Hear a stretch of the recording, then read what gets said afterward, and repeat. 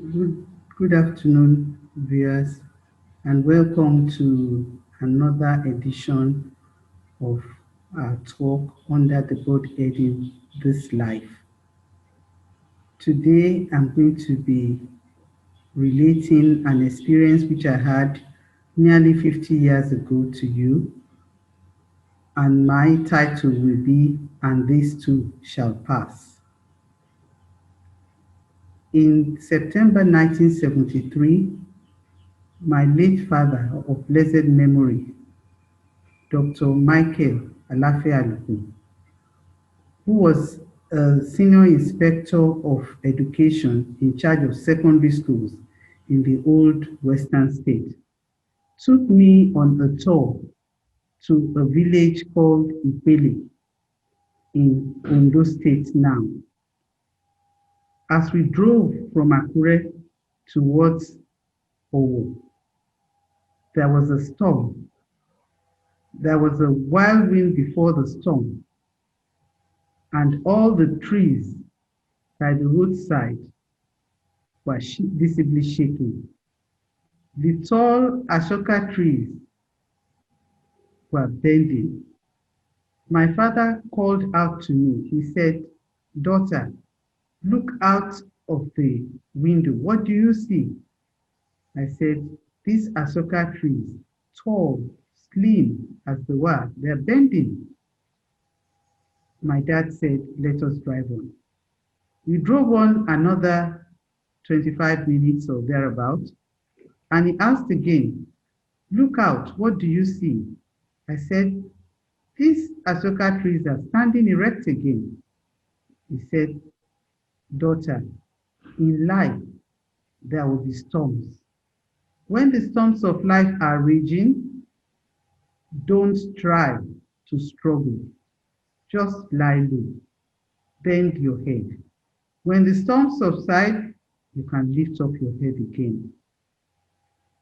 I remember this lesson vividly because of the perilous times in which we're living now. The coronavirus has changed the color of society. It has affected all of us in various ways. In some quarters, there is palpable despair. Some people have not been able to eke out a living since March when the lockdown started in Nigeria.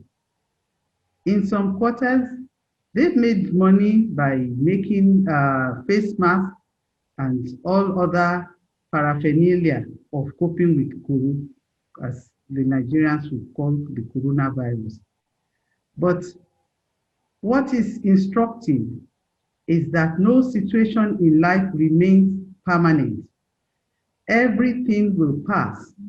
This is just a passing time. We were told that in 1918 there was the Spanish flu and it subsided.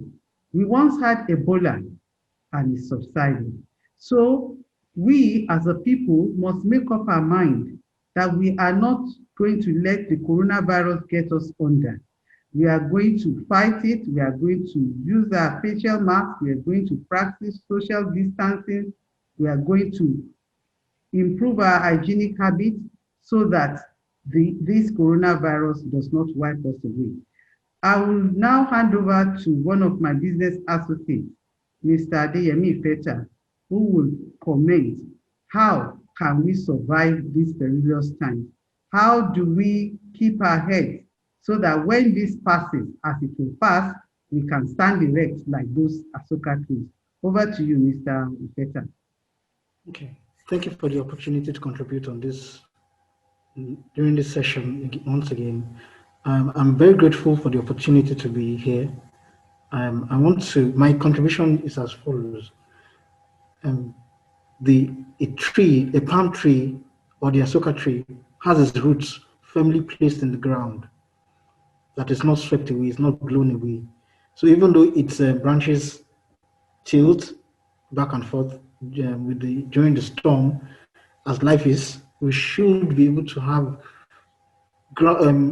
we should have ourselves firm and grounded in whatever we do in our faith, in our work. We have to have a solid footing so that we can be able to brave this perilous time, this storm that we are all facing. We are facing it together as a country, and by God's grace, we are going to surmount this problem.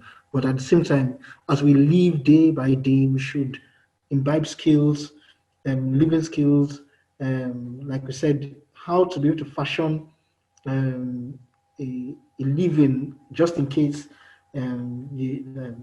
whatever you used to what do you call it, be involved in, if the business has been swept aside. How can you come up in this modern times to be able to fend for yourself, fend for your family, to be able to make something tangible during this period? It matters a lot. Like has been established, many people are finding things difficult during this period. But I believe that with time, if we have firm roots in whatever we believe in our God, then our lives will be better. Thank you very much, Mr. Adeyemi. In any difficult situation, if we care to look, there are opportunities. We just must look out for the opportunities that this pandemic has provided. Somebody Yes, once talked to us about food, that whatever happens, we have to eat. So yes, agriculture will be one very important area of our lives that if we take advantage of, would stand us in good stead when this pandemic is over. But that in itself will be another episode. We will look at what we can do during this pandemic, how we can take advantage of this downturn, how we can turn it around for our own good. But I want us to remember that these too will pass. I was combing my study and I found this quotation, which I thought is very apt for this episode. John Milton once said, "This horror will grow mild, this darkness will become light." Let us keep our spirits up. Let us keep trusting God. Let us keep praying to God that He will give us grace to, to survive this time so that at the end of the day, we shall be one of those who will yet praise Him. Thank you for your attention.